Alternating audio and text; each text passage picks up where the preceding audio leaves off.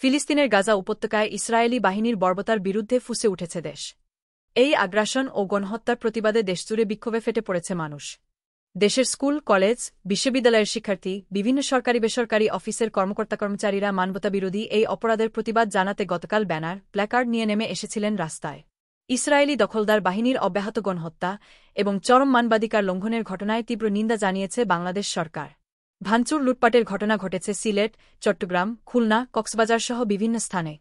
KFC, Domino's pizza ও butter শোরুমে ভাঙচুর, লুটপাট চালানো হয়েছে। সহিংস কর্মকাণ্ডে জড়িতদের গ্রেপ্তারের নির্দেশ দিয়েছেন আইজিপি। গাজায় ইসরায়েলি গণহত্যার প্রতিবাদে রাজধানীর বাইতুল মোকাররম ও পল্টন এলাকায় বিক্ষোভ করেছেন মুসল্লিরা। দুপুর থেকেই ইসরায়েল বিরোধী ব্যানার নিয়ে অংশগ্রহণ করেন সর্বস্তরের জনতা। বাইতুল মোকাররম উত্তর গেটে সংক্ষিপ্ত সমাবেশে ইসরায়েলের বিরুদ্ধে প্রতিরোধ গড়ে তুলতে বিশ্ব সম্প্রদায়কে আহ্বান জানান তারা।